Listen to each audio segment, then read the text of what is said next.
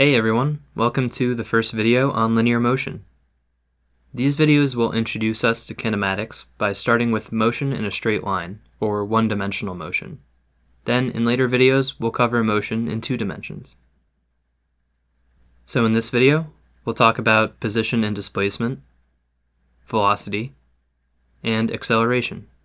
These are the key elements that we'll need for learning kinematics.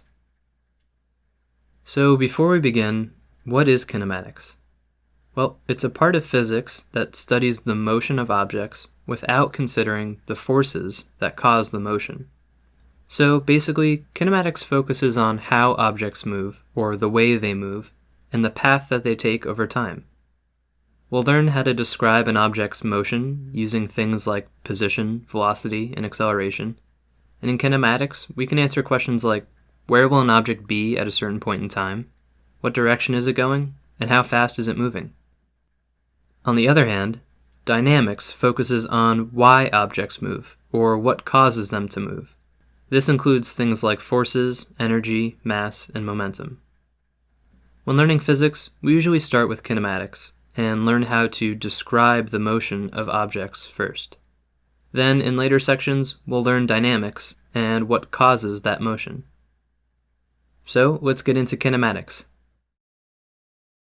First, we'll start with position and displacement. So, position is pretty simple. We're going to describe position as where an object is at a single point in time. For example, we might say the position of this calculator is on the desk. But the calculator could be any place on this desk. If we want to be more specific, we could say something like the calculator is on the left side of the desk.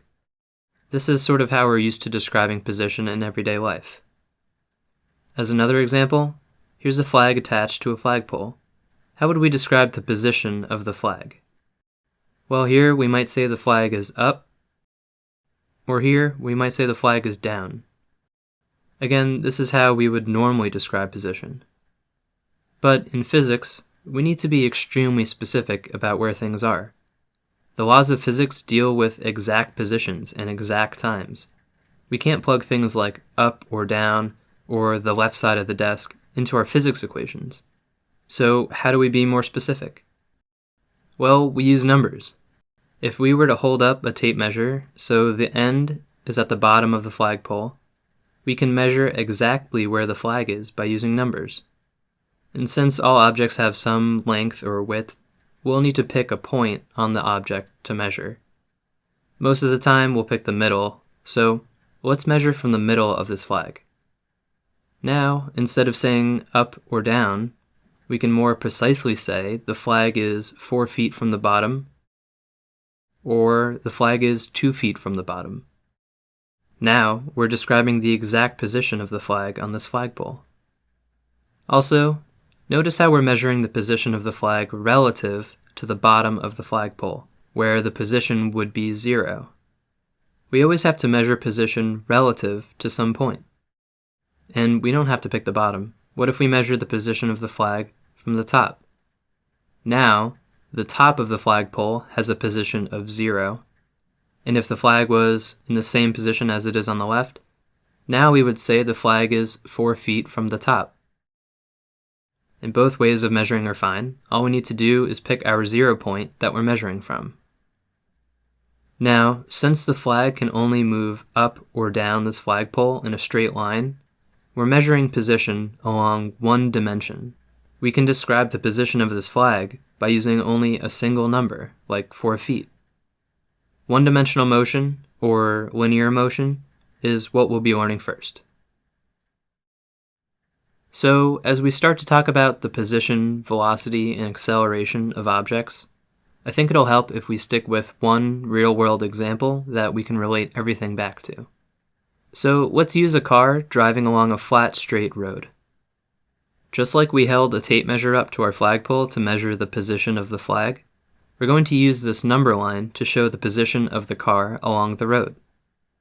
In physics, we represent the horizontal position of an object using the variable x. Position could have any unit of length or distance, such as inches, feet, miles, or kilometers, but we'll be using the SI unit of position, which is meters, or lowercase m for short. As a reference, 1 meter is equal to about 3.3 feet, or about 1 yard. So, let's say the car starts at a position of 5 meters, but then it drives to a position of 15 meters. This is what we call displacement. Displacement is the change in position of an object. Here's our equation for displacement. And this little triangle here is called delta. It's a letter of the Greek alphabet, and it means the change in something. So in this case, it means the change in position. The way we actually calculate displacement is the final position minus the initial position. Let's take a closer look at this. So you'll notice in this equation we have the variable x, which means position, but we also have these tiny letters f and I.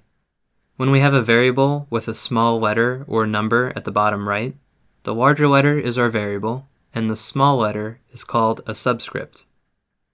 The variable x means position, and the subscript f means final. So together as a whole, they mean final position. And x sub I, or just xi, means initial position. So what was the displacement of the car? The initial position, or xi, is 5 meters, and the final position, or xf, is 15 meters. From our equation, we see that the displacement is the final position minus the initial position. So in our case, that would be 15 meters minus 5 meters, which gives us 10 meters. So when the car drove forward, its displacement was 10 meters. So now that we have an idea of what position is, let's take a look at how we could graph the position of this car over time as it moves. To do that, we'll start by listing the position of the car at different points in time, as if someone was standing on the side of the road with a stopwatch and recording the position of the car at different times. So let's say the car is driving forward like this.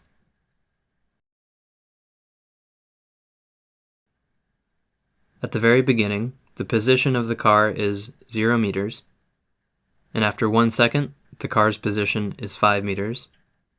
After 2 seconds, the car's position is 10 meters, and after 3 seconds, the position is 15 meters. Now we have a table showing the car's position at different points in time. So what would a graph of the car's position over time look like? We'll start with an empty graph where the x-axis, or the horizontal axis, represents time, and the y-axis, or the vertical axis, represents the position of the car on the road. Now, it might seem weird that we're putting the car's horizontal position on the vertical axis of the graph, but the reason is we always put time on the horizontal axis. That will make more sense throughout the course, but for now, just know that we always put time on the horizontal axis of a graph. So, how do we graph the position of this car over time? We start by plotting the points that we have in the table on the left. When time equals 0 seconds, the position of the car is 0 meters, so we'll plot that point on the graph where time is 0 and position is 0. Next, when time equals 1 second, the position of the car is 5 meters, so we'll plot the point where time equals 1 and position equals 5. We also have points for when time equals 2 seconds and the position is 10 meters, and when time equals 3 seconds and the position is 15 meters. Now that we have some data points on our graph, we can connect the points with lines like this. And there we go. For this car's motion, we've graphed the position versus time, and now we have another way to visualize that motion.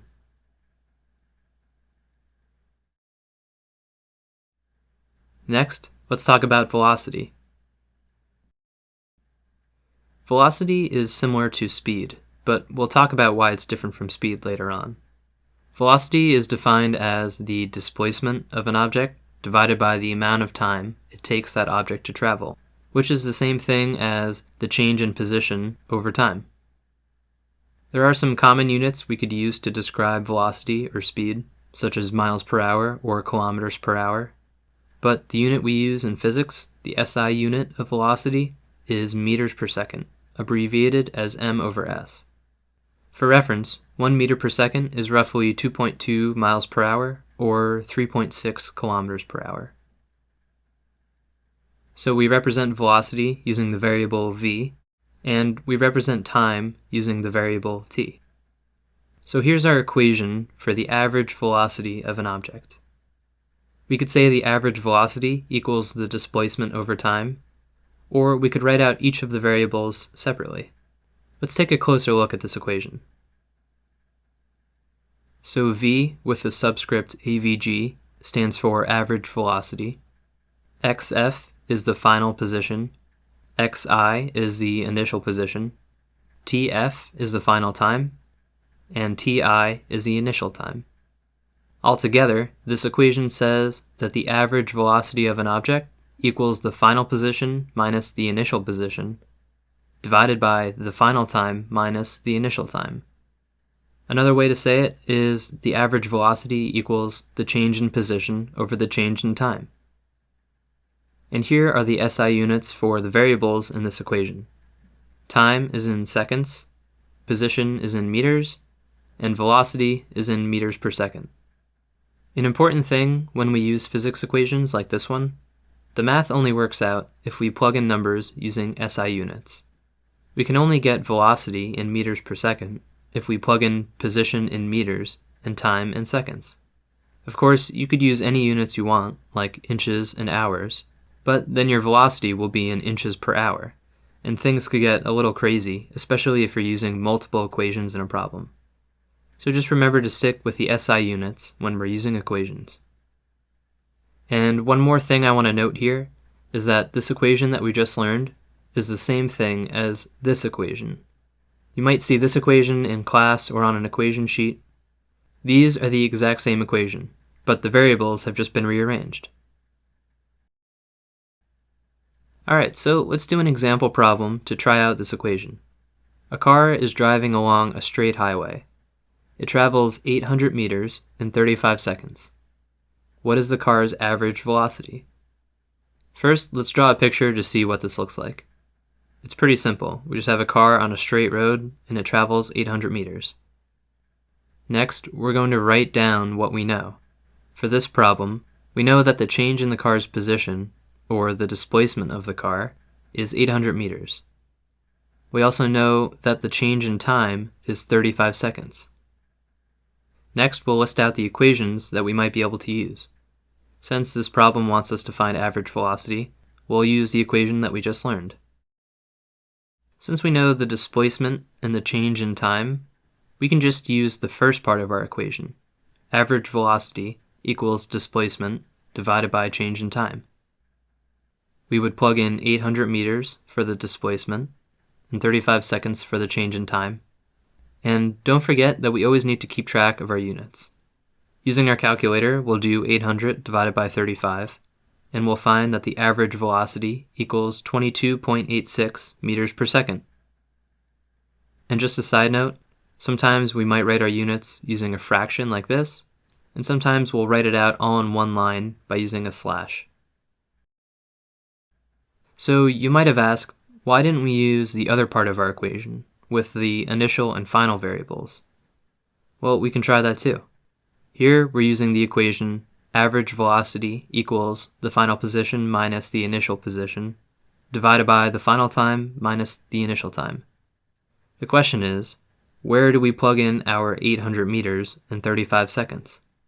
Well, since the problem doesn't say what the initial position of the car is, or what the initial time is, then we're always going to assume that the initial values are 0 if they're not given.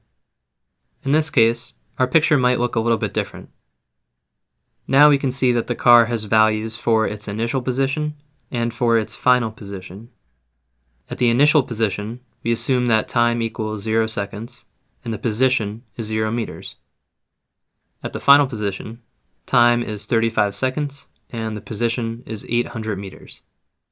Now we can plug in 800 meters for the final position, 0 meters for the initial position, 35 seconds for the final time, and 0 seconds for the initial time. And don't forget your units. 800 minus 0 is 800, and 35 minus 0 is 35. Now what we're left with is the same equation as last time, and we find that the average velocity of the car is 22.86 meters per second. So we could have done this either way. The thing to remember is that if we're not given an initial value, we have to assume the initial value is 0. But what if we are given both the initial and the final values? Let's use the example from when we made a table of a car's position at different points in time. So here's the new problem. A car is driving along a straight highway while someone records the car's position at different points in time. That's where we get our table from. What is the car's average velocity from when time equals 2 seconds to time equals 3 seconds? First, here's a picture of this scenario. Next, we're going to write down what we know. In this case, we're given the table of the car's position at different times. Next, we're going to write down the equations that we could use to solve the problem. But this time, we're specifically given an initial point and a final point, so we'll have to use the second part of our equation. Our initial point is when time equals 2 seconds, and the car's position is 10 meters. And the final point is when time is 3 seconds, and the position is 15 meters. Now in our equation, we can plug in 15 meters for the final position, 10 meters for the initial position, 3 seconds for the final time, and 2 seconds for the initial time.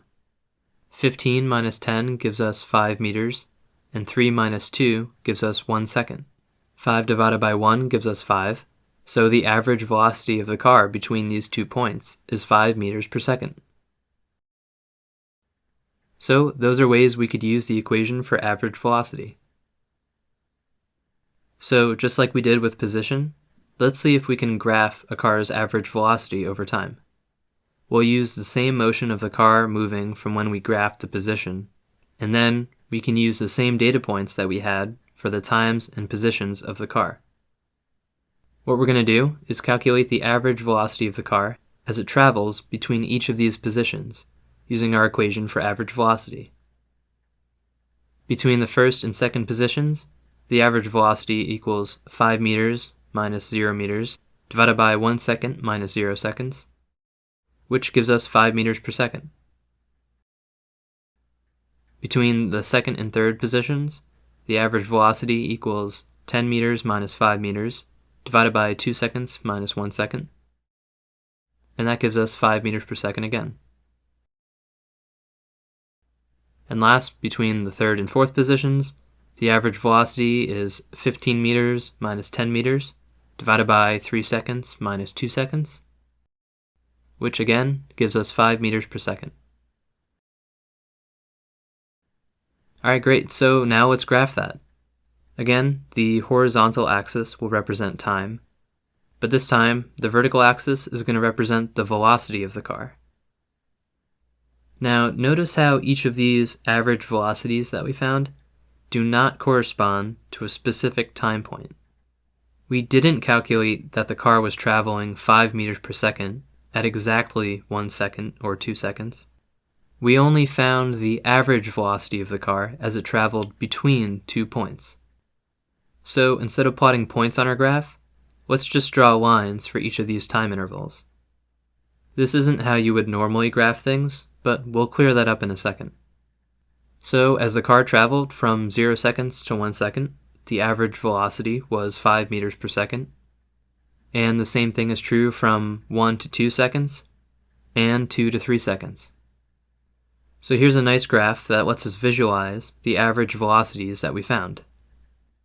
But what did we graph exactly?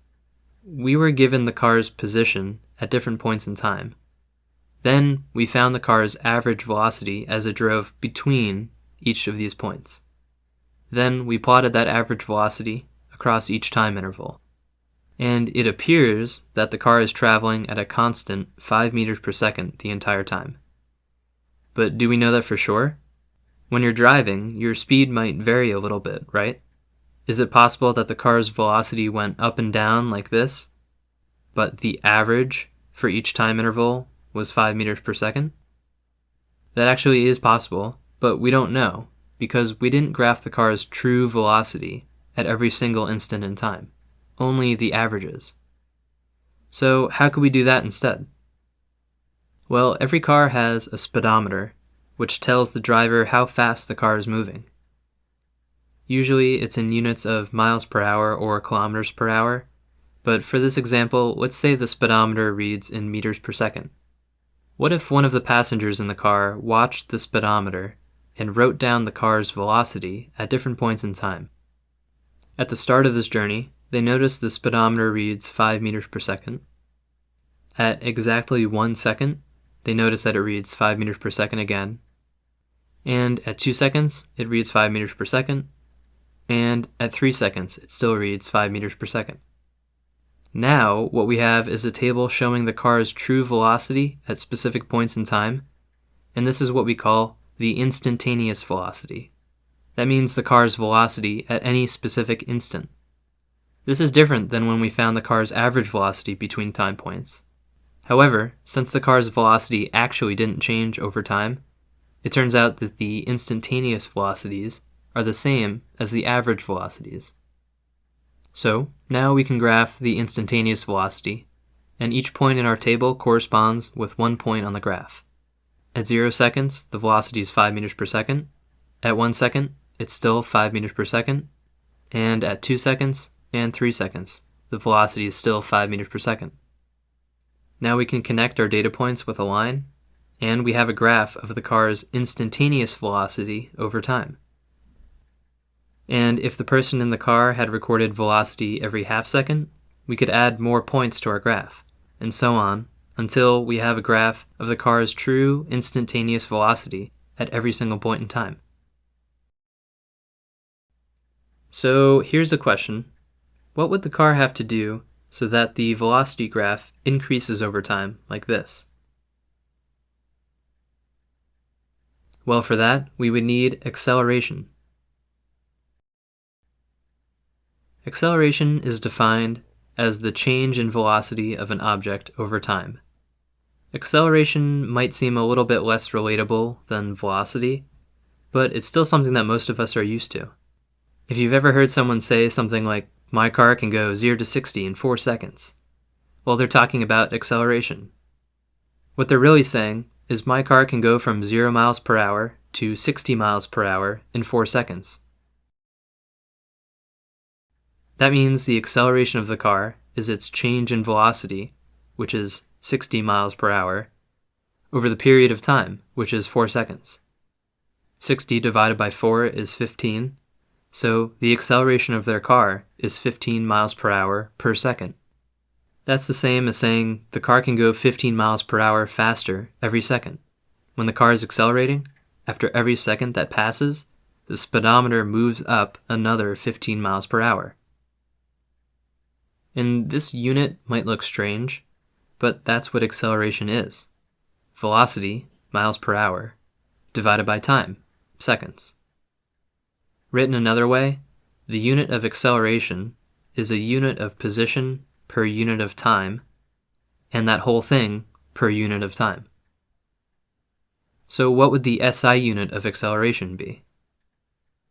Well, our SI unit of velocity is meters per second, and our SI unit of time is seconds. So this unit would be meters per second per second. Mathematically, that's actually the same as meters divided by seconds times seconds, which is the same as meters divided by seconds squared. And that's our SI unit for acceleration, meters per second squared, abbreviated m over s squared. And we'll be representing acceleration with the variable a. So a car is one example of an object that can accelerate. What's another example? Well, it turns out that if you drop an object, like a ball, it'll actually accelerate as it's falling. This is what we call the acceleration due to gravity. We don't need to understand gravity yet or why this happens, but it's a good time to mention that all objects that are falling with gravity have the exact same acceleration. This acceleration due to Earth's gravity is 9.8 meters per second squared towards the Earth. And we represent this special value using the variable lowercase g. We'll leave it at that for now, and we'll come back to it later. So how do we calculate acceleration? Here's our equation. Acceleration equals the change in velocity over the change in time. You might notice it looks similar to our equation for average velocity. Let's take a closer look. So A stands for acceleration, Vf is the final velocity, Vi is the initial velocity, Tf is the final time, and Ti is the initial time. So this equation says that the acceleration of an object is the final velocity minus the initial velocity, divided by the final time minus the initial time. Another way to say it is the acceleration is the change in velocity divided by the change in time. And here are the SI units for the variables in this equation. Time is in seconds, velocity is in meters per second, and acceleration is in meters per second squared. Also, although it's not super important, I do want to mention that just like our equation for average velocity, this here is really the equation for average acceleration. But we won't be dealing with changing accelerations in this course, so the acceleration at any time will always be the same as the average acceleration.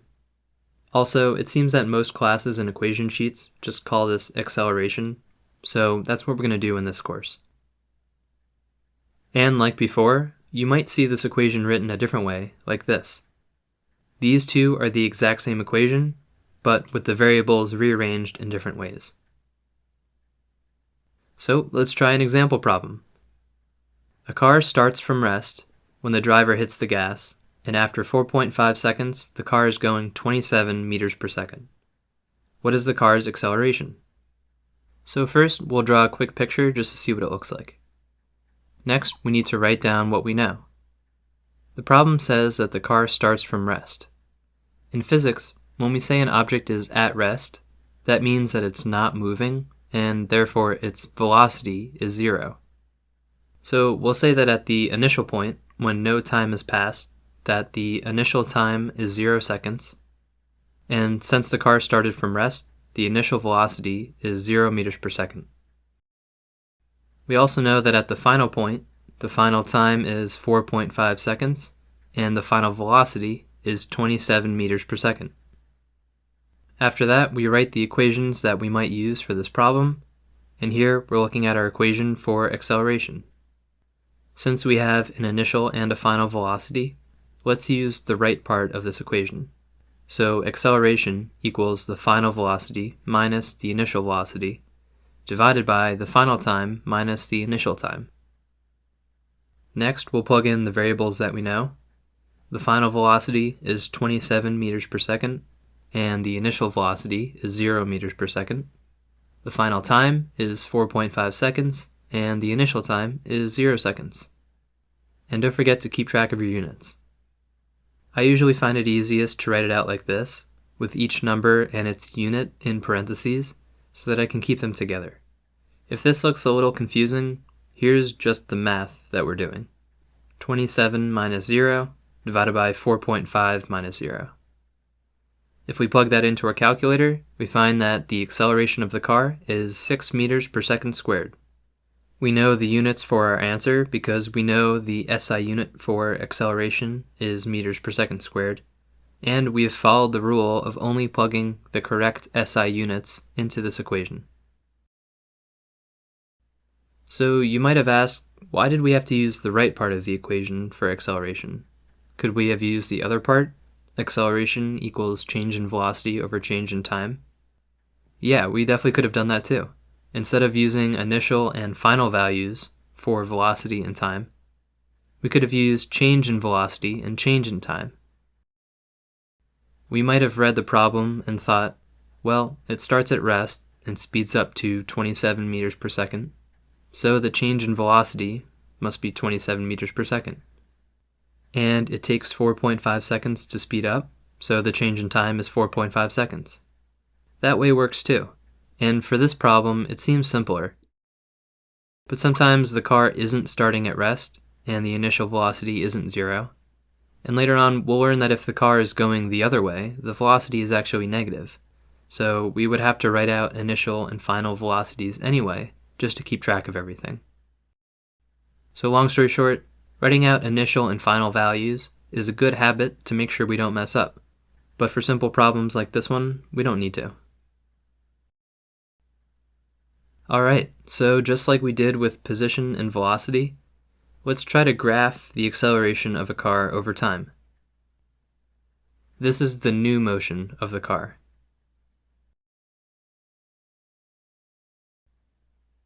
Like before, we can imagine there's someone in the car looking at the speedometer and writing down velocity of the car at different points in time. And this is what we get. At 0 seconds, the velocity is 0 and the car isn't moving. At 1 second, the velocity is 5 meters per second. At 2 seconds, the velocity is 10 meters per second. And at 3 seconds, the velocity is 15 meters per second.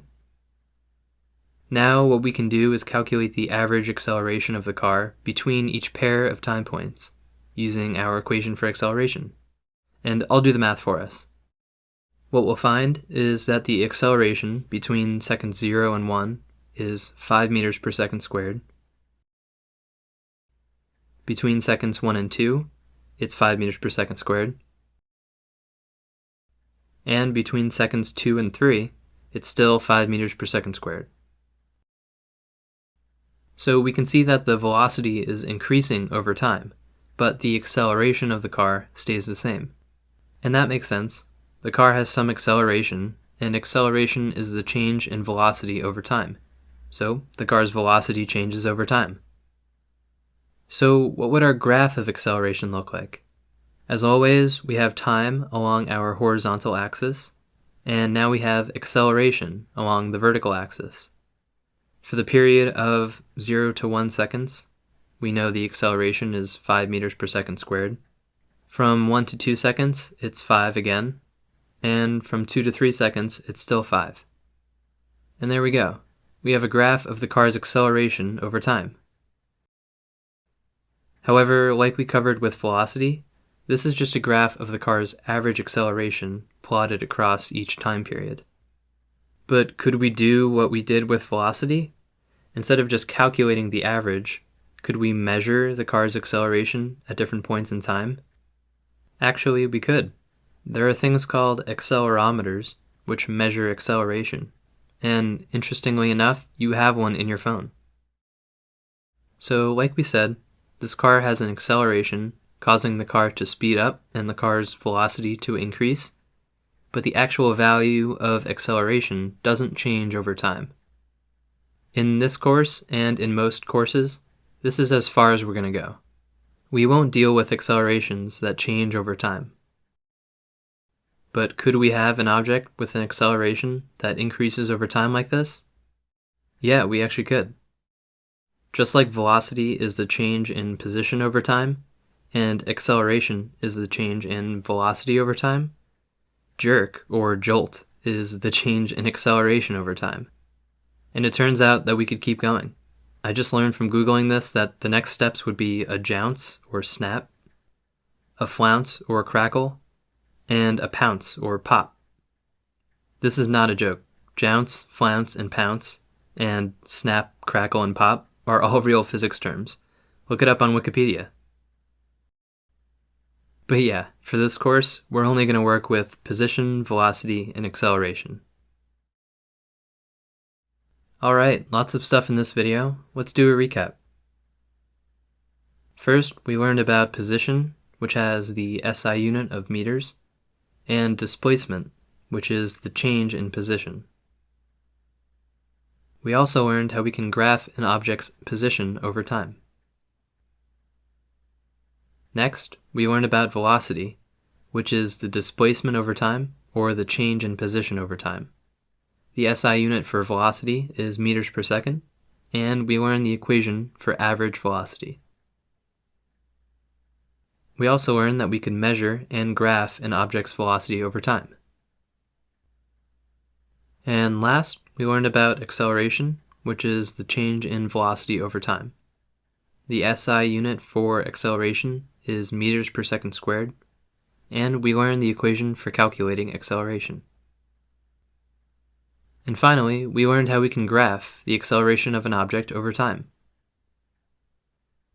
So thanks for watching. I'll see you in the next video, and we'll learn more about linear motion.